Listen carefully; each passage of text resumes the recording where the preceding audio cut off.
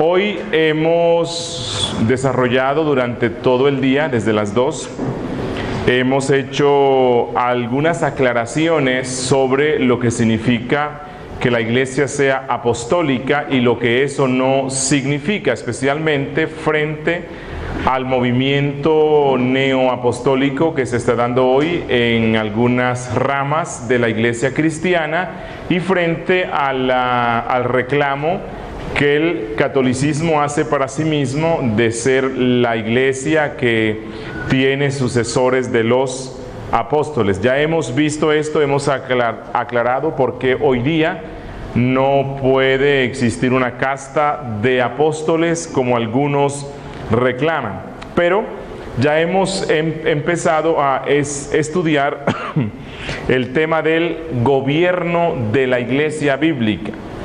Decíamos en unas de las marcas que identifican a la iglesia saludable que ésta debe tener un gobierno bíblico, ajustarse lo máximo posible a lo que la Biblia dice. Como decíamos anteriormente, este tema es bastante controversial, lo ha sido durante buena parte de la historia de la iglesia y hoy día lo es más, a causa de los distintos sistemas de gobierno eclesiástico que existen. Decíamos que por un lado hay un sistema de gobierno jerárquico, prácticamente monárquico, como el que tiene el catolicismo, y en un grado menor algunas denominaciones, y es a lo que denominamos el gobierno episcopal, pero en el otro extremo encontramos la ausencia de cualquier clase de gobierno como el que tienen los cuáqueros. Y entre esos dos hay todo lo que uno pueda imaginarse. Ya hemos visto los gobiernos o modelos más populares como el episcopal, el presbiteriano o reformado, el congregacional, entre otros. Pero el objetivo en esta clase de eclesiología no es tanto entrar a estudiar cada uno de estos sistemas y sus pros y sus contras, sino que como este es un curso de teología bíblica, me agradaría que hiciéramos una revisión a la luz de las Sagradas Escrituras de algunos rasgos generales del gobierno bíblico.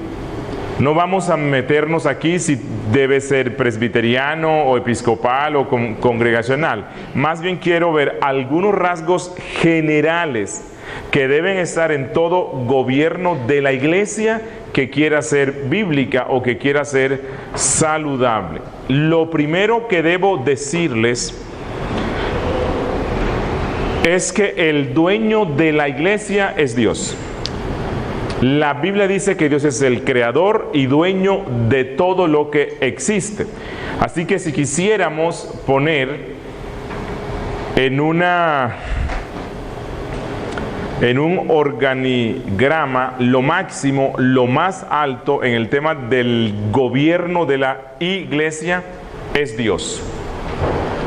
Dios es el dueño de la iglesia, Dios es el dueño del mundo. Pero la Biblia de una forma clara y contundente nos presenta a la iglesia gobernada así. Cristo es la cabeza. Eso es lo que dice Efesios 5:23. ¿Será que me puedes conectar esto aquí que está que se me... Vamos a ir todos por favor a Efesios 5:23.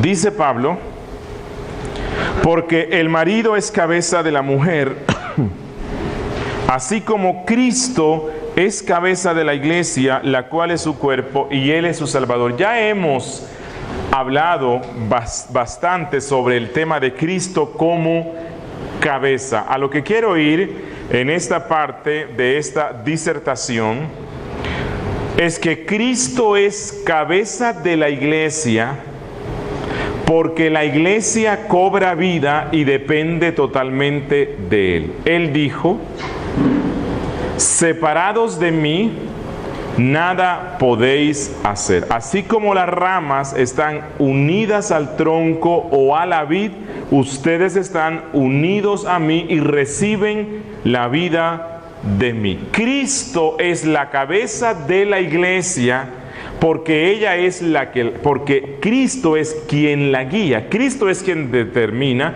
qué es lo que ella es.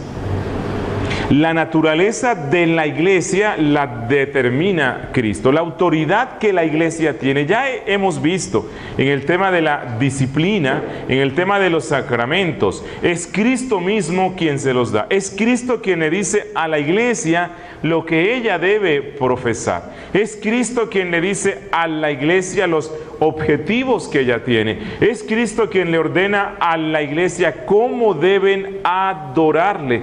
Es Cristo quien le dice a la iglesia cómo es que ellos ganan a más personas para Él. Es Cristo quien le dice a la iglesia qué es lo que ella quiere. Y siendo que Cristo es ese legislador de la iglesia, entonces Él es la cabeza máxima de la iglesia, porque Él es el único legislador. Él es el único que da leyes, es el único que dice lo que ella debe ser y lo que ella debe hacer. Ninguna iglesia local o nacional en el mundo tiene autoridad para legislar sobre los asuntos que corresponden a la naturaleza de la iglesia misma, porque Cristo no le ha dado esa capacidad a nadie más. Él es la cabeza pensante. Entonces, si vamos a establecer un cuadro de cómo es que cada iglesia local está siendo gobernada, iglesias bíblicas, el primero que debe estar allí es Cristo. Cristo es la cabeza de la iglesia en su aspecto universal y Cristo es la cabeza de la iglesia en su aspecto local. Es decir, los pastores, aunque son guía, no son cabeza. Los pastores, aunque son usados por Dios para que instruyan, prediquen, administren los sacramentos y la disciplina, ellos no son cabeza. ¿Por qué? Porque los pastores no pueden legislar, no pueden inventar leyes, no pueden cambiar cosas en la iglesia. Eso únicamente lo puede hacer Cristo, porque tanto en su sentido universal como en su aspecto local, la cabeza máxima es Cristo. La iglesia romana dice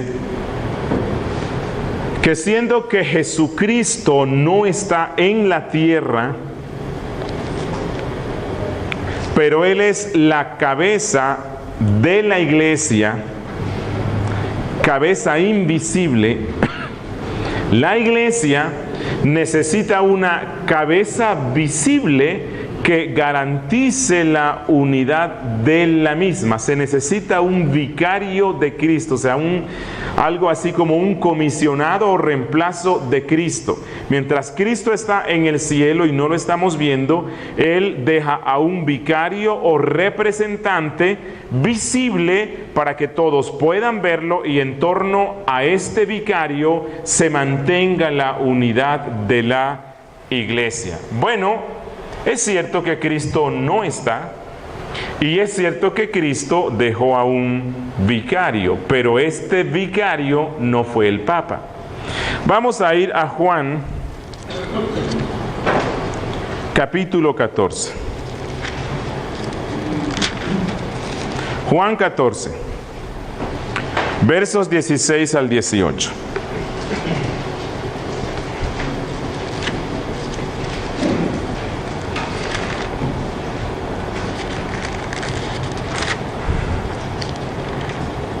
Dice: Verso 15. Si me amáis, guardad mis mandamientos. Y yo rogaré al Padre y os dará otro consolador. O sea, Él les va a dar a alguien como yo para que esté con vosotros para siempre. ¿Quién es? Él dice, el Espíritu de verdad, al cual el mundo no puede recibir porque no le ve ni le conoce, pero vosotros le conocéis porque mora con vosotros y estará en vosotros. Él dice, no os dejaré huérfanos, o sea, no los dejaré solos, vendré a vosotros. ¿En cabeza de quién? No del obispo de Roma, no de ningún hombre, sino del Espíritu Santo.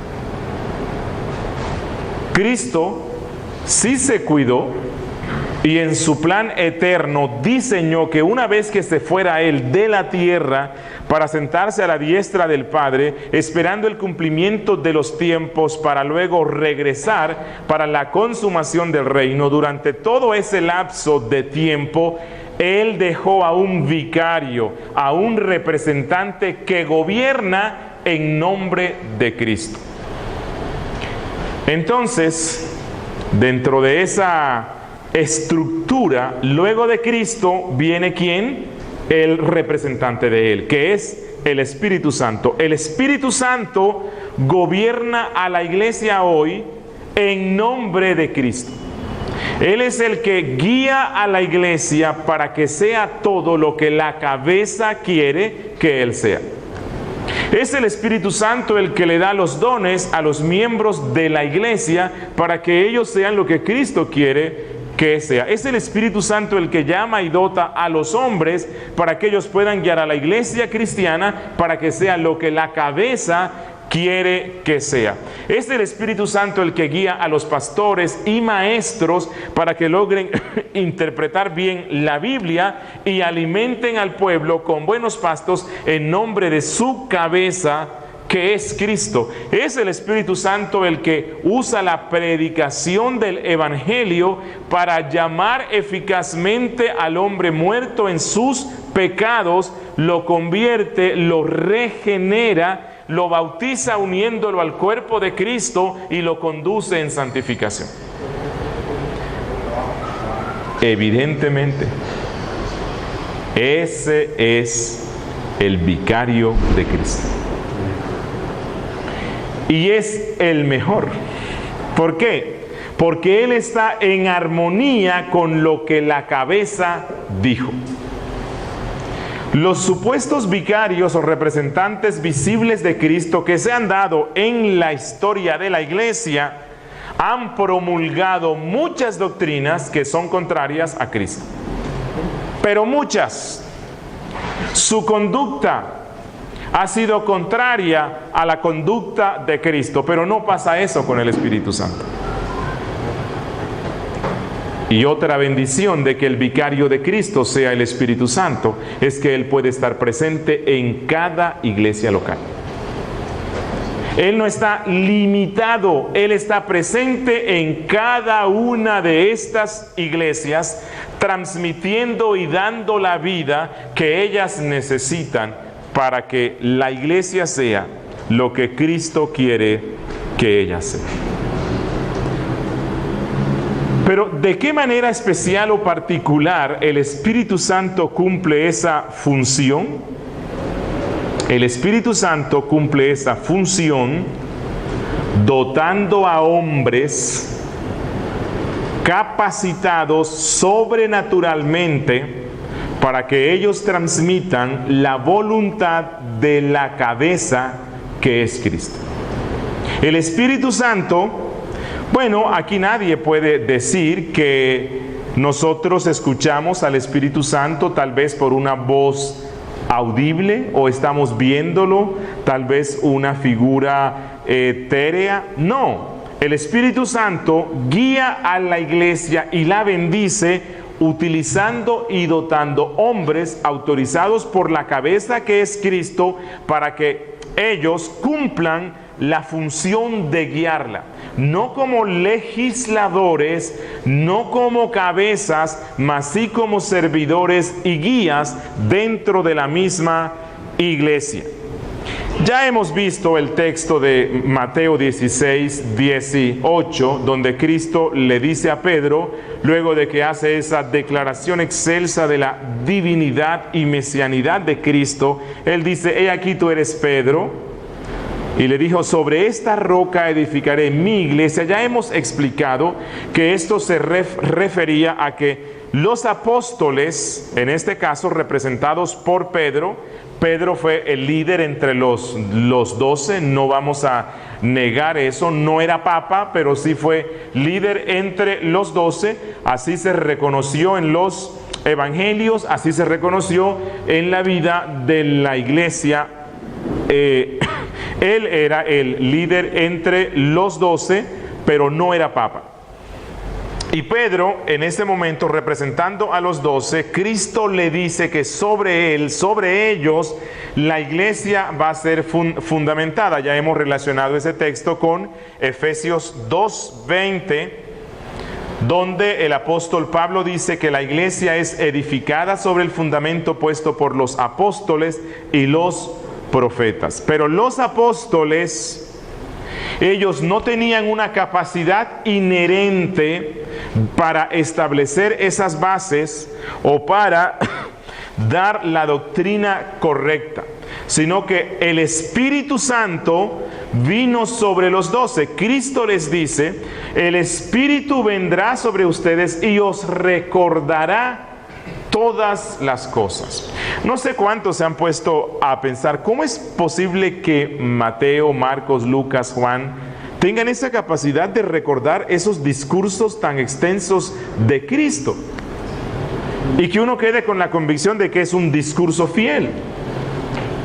Bueno, no creo que ellos hayan sido hombres con una dotación intelectual especial, pero la Biblia sí nos dice, y en la promesa que les hace Cristo, que el Espíritu Santo iba a ser enviado sobre los 12 y sobre los profetas que iban a confeccionar la Biblia, de tal manera que cada una de las palabras que ellos digan, como dice Pedro, sean sin error, inspiradas por Dios.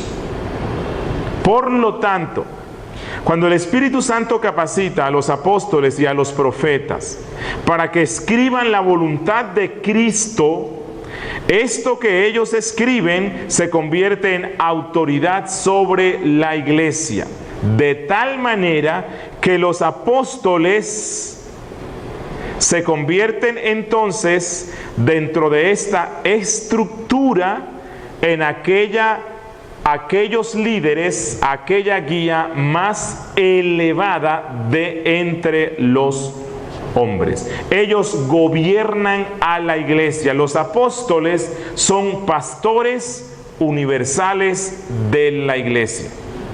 Los apóstoles son ancianos universales y todo lo que ellos digan, o más bien todo lo que ellos dijeron, inspirado por el Espíritu Santo, se convierte en norma autoritativa para la iglesia. Entonces, dentro de esta estructura está Cristo, luego el Espíritu Santo como vicario de Cristo, y luego los apóstoles comisionados por Cristo para que sean los gobernantes universales.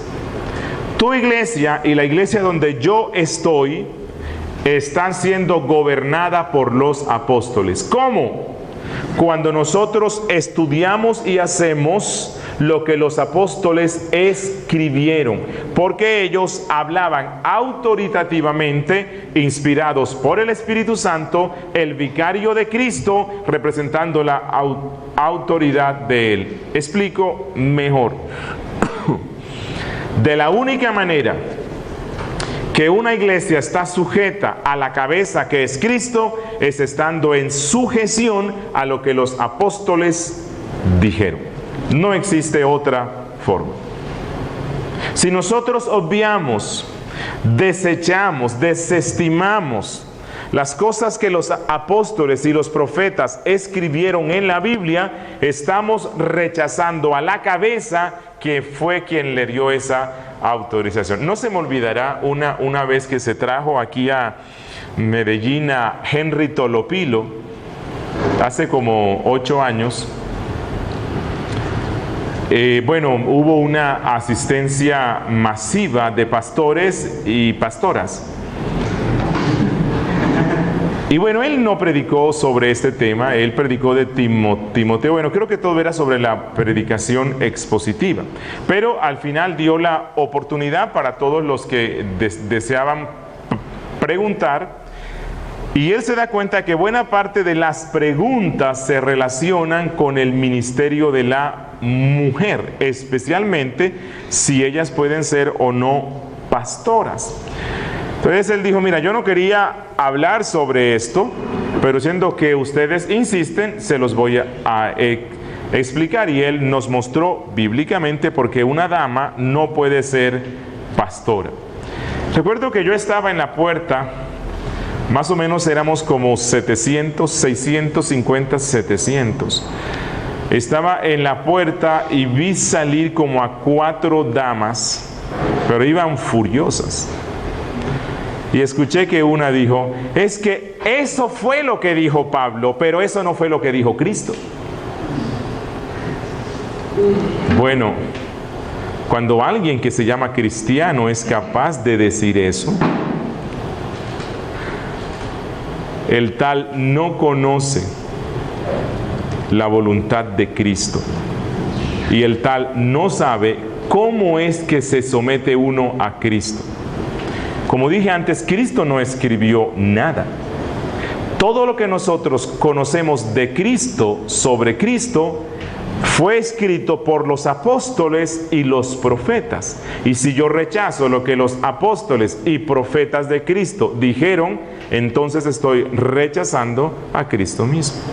Bueno, ellos usan ese texto donde Pablo, por ejemplo, en 1 Corintios y en otros textos, él dice, esto digo yo, no Cristo.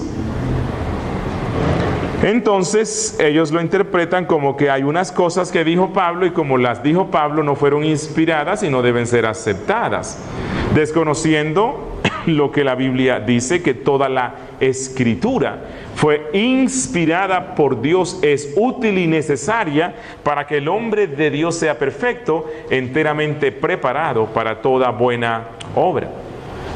Cuando Pablo dice, esto lo digo yo y no Cristo, lo que él da a entender es, Cristo no habló sobre esto que yo hablo aquí.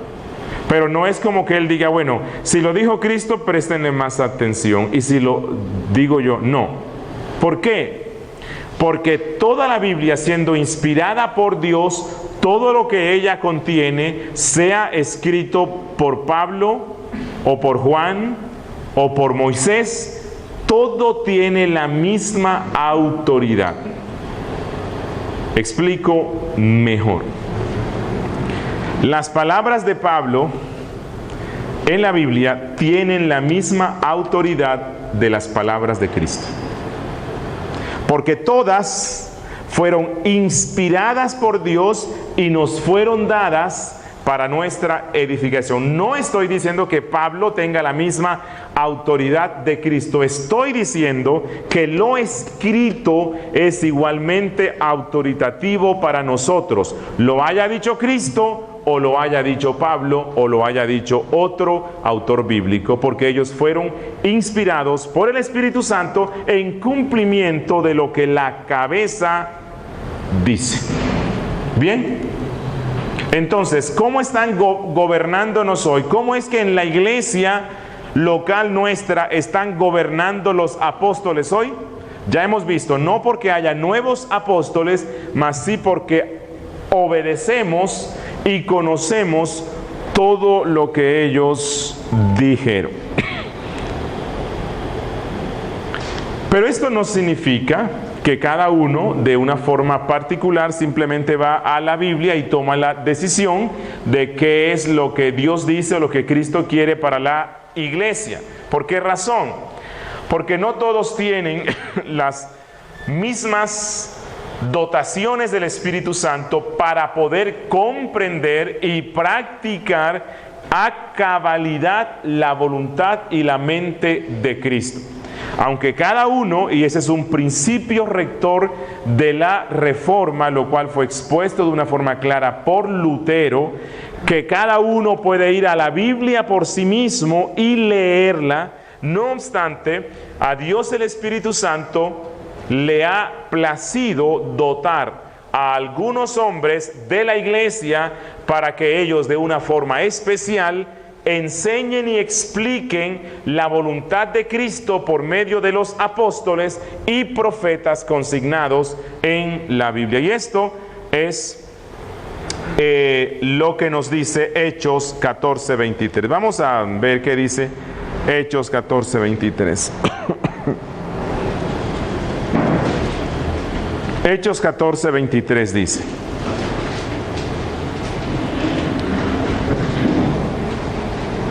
vamos a leerlo desde el verso 19. Entonces vinieron unos judíos de Antioquía y de Iconio que persuadieron a la multitud, y habiendo apedreado a Pablo le arrastraron fuera de la ciudad pensando que estaba muerto. Pero rodeándole los discípulos se levantó y entró en la ciudad, y al día siguiente salió con Bernabé para Derbe. Y después de anunciar el evangelio a aquella ciudad y de hacer muchos discípulos, volvieron a Listra, a Iconio y Antioquía, confirmando los ánimos de los discípulos, exhortándoles a que permaneciesen en la fe y diciéndoles: es necesario que a través de muchas tribulaciones entremos en el reino de Dios. Aquí está la teología de la superfe y la teología de la prosperidad, ¿no? La que profesaba el apóstol Pablo. Verso 23: y constituyeron ancianos en cada iglesia, y habiendo orado con ayunos, los encomendaron al Señor en quien habían creído. Los apóstoles no iban a estar para siempre con la iglesia, iban a dejar la voluntad de Cristo consignada en la Biblia, pero siendo que ellos no iban a estar para siempre con la iglesia, ellos comisionaron a algunos hombres dotados por el Espíritu Santo para que continuaran con la labor de enseñanza, no de cosas nuevas, no de revelaciones nuevas, sino de la voluntad de Cristo consignada por los apóstoles y profetas en la Biblia. Y ellos lo que ordenan y establecen en cada congregación no son nuevos apóstoles. Si fuera cierto que las iglesias locales deben tener a los nuevos apóstoles como máxima autoridad, entonces Pablo y los apóstoles hubiesen ordenado apóstoles en cada una de las iglesias locales. Pero lo que la Biblia nos muestra es que los apóstoles ordenaron ancianos. Los ancianos son los que continúan con esta labor del Espíritu Santo, enseñando al pueblo las verdades apostólicas y proféticas que están consignadas aquí para que el pueblo sea lo que Dios quiere que ella sea. Los ancianos son autoridad de la iglesia únicamente en el sentido de las verdades que ellos proclaman. Vuelvo a insistir. Los ancianos o pastores son autoridad de la iglesia únicamente en el sentido de las verdades que ellos enseñan o proclaman. Los pastores no tienen una autoridad inherente a sus personas en la iglesia. Su autoridad se expresa especialmente cuando ellos enseñan la legislación de la iglesia, que es este libro. Y cuando un pastor enseña esta doctrina, todos tienen la responsabilidad de obedecerlo. Eso es a lo que la Biblia se refiere, por ejemplo, en el caso de Hebreos, cuando dice: obedeced a vuestros pastores. No es como conocí de un pastor que hacía, que le ordenaba a las hermanas de la iglesia que fueran a su casa a colaborarle a su esposa, atendiendo a los niños, cocinando y haciendo eso. Bueno, eso es una arbitrariedad, porque esa no es la autoridad de un pastor. La autoridad de un pastor es espiritual y solamente en dependencia de la verdad que enseñan de la Biblia, porque si predican una cosa contraria a lo que la Biblia dice, en eso no se les debe obedecer, porque los pastores no legislamos, nos limitamos a transmitir y a recordar lo que el legislador, por medio de los apóstoles y profetas, ha dicho.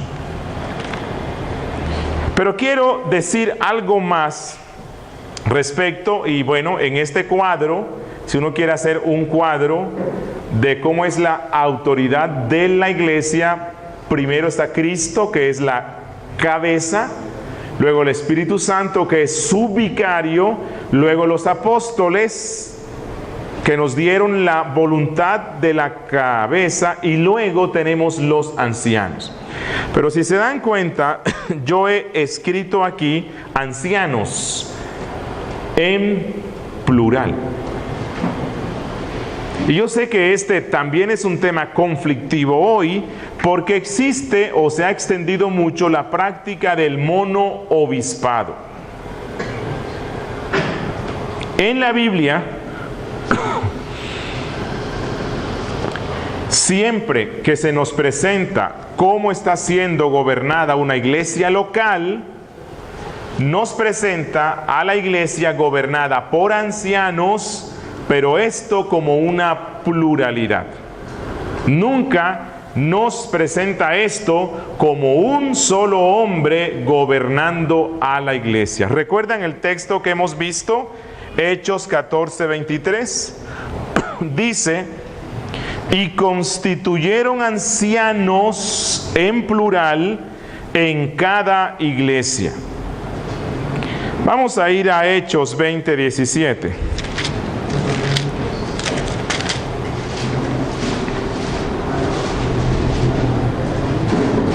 En Hechos 20:17, el apóstol Pablo se va a despedir de una iglesia local, la de Éfeso. Ya él está rumbo a ser llevado a Roma, de donde no regresará más. Y dice el verso 17, hablando de esta iglesia local en Éfeso: enviando pues desde Mileto a Éfeso, hizo llamar ¿a quién? Al anciano de la iglesia, al pastor de la iglesia, al obispo de la iglesia. ¿A quién llamó? A los ancianos.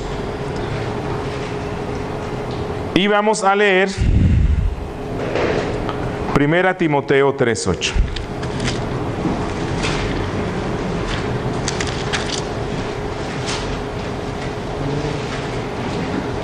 No, tengo mal perdón, Tito 1:5. Ya estoy muy cansado.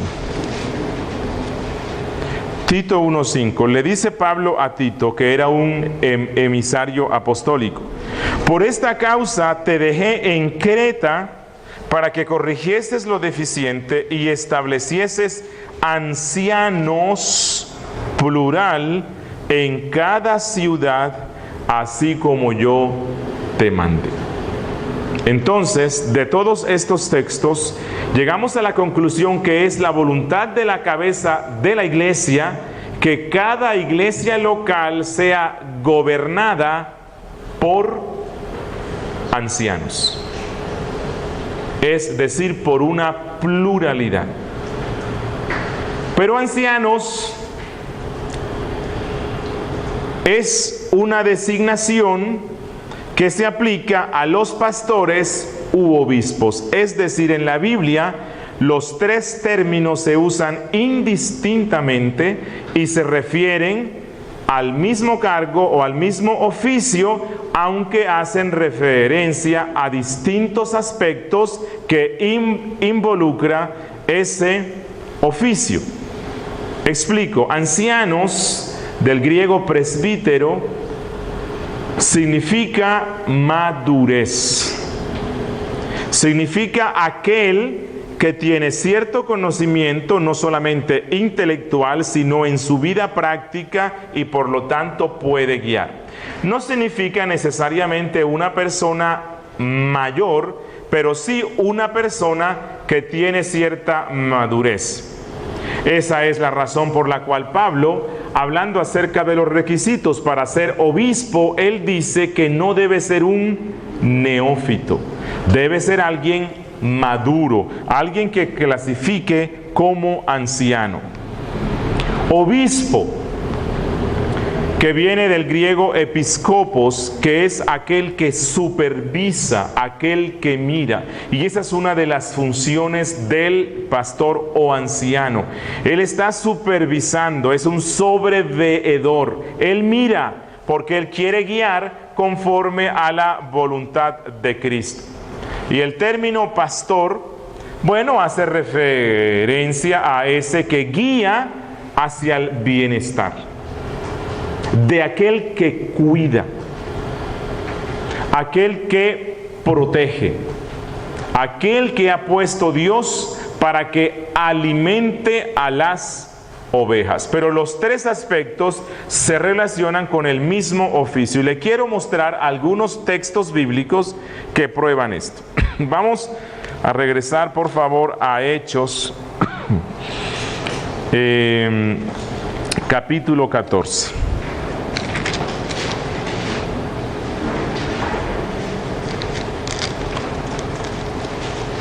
No, Hechos 20. Vamos a regresar allí. Hechos, capítulo 20.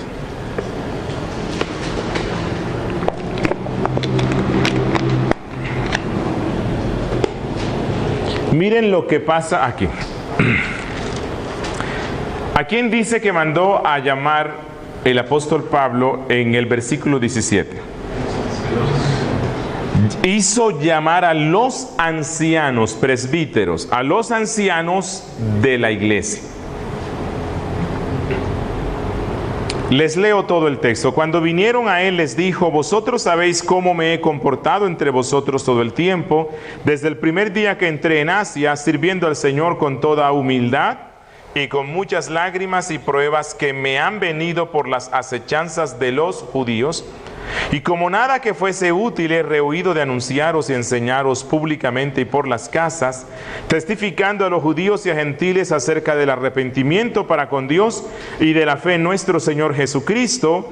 Ahora he aquí ligado yo en espíritu, voy a Jerusalén sin saber lo que allá me ha de acontecer, salvo que el Espíritu Santo por todas las ciudades me da testimonio, diciendo que me esperan prisiones y tribulaciones. Pero de ninguna cosa hago caso, ni estimo preciosa mi vida para mí mismo, con tal que acabe mi carrera con gozo y el ministerio que recibí del Señor Jesús para dar testimonio del Evangelio de la gracia de Dios.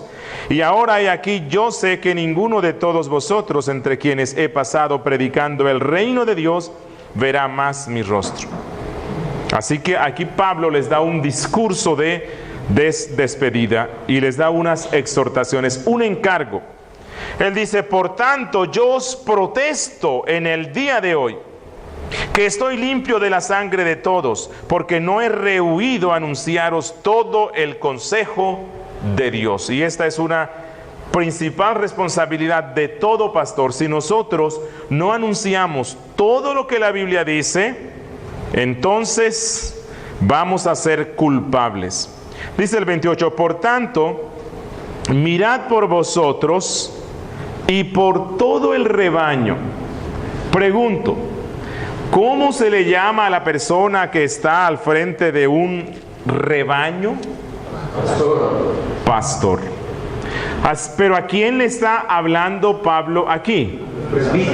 A los ancianos o a los presbíteros. Y a estos ancianos, Pablo le dice que Cristo los ha puesto por pastores sobre el rebaño. Y dice en que el Espíritu Santo os ha puesto por obispos para apacentar. ¿Quiénes son los que apacientan? ¿Cuál es el lenguaje que se está usando aquí?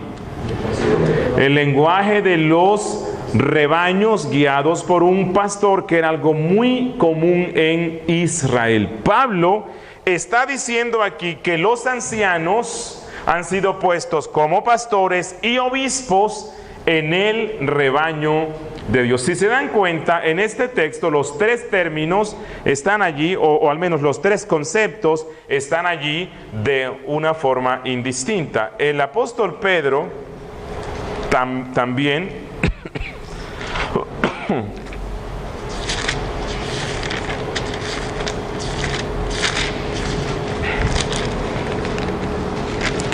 en el capítulo 5, primera de Pedro, capítulo 5, verso 1 dice: ruego a los ancianos que están entre vosotros, yo también anciano con ellos, y testigo de los padecimientos de Cristo, que soy también participante de la gloria que será revelada, apacentad. ¿Qué implica esto? Pastorear, pastores. ¿A quién habla él? A los ancianos. Apacentad la grey de Dios que está entre vosotros, cuidando de ella, no por fuerza, sino voluntariamente, no por ganancia deshonesta, sino con ánimo pronto, no como teniendo señorío sobre los que están a vuestro cuidado, sino siendo ejemplos de la grey, y cuando aparezca el príncipe de los pastores, vosotros recibiréis la corona incorruptible de gloria. Aquí también el apóstol Pedro usa los dos términos indistintamente. Anciano es lo mismo que un pastor, es lo mismo que un obispo. Hacer una distinción entre estos tres términos bíblicos es ir más allá de lo que la Biblia dice. En algunas iglesias tienen ancianos, por encima de los ancianos están los pastores, y por encima de un cuerpo de pastores están los obispos. Bueno, eso no es lo que la Biblia dice. Eso no es la voluntad de Cristo revelada para su cabeza.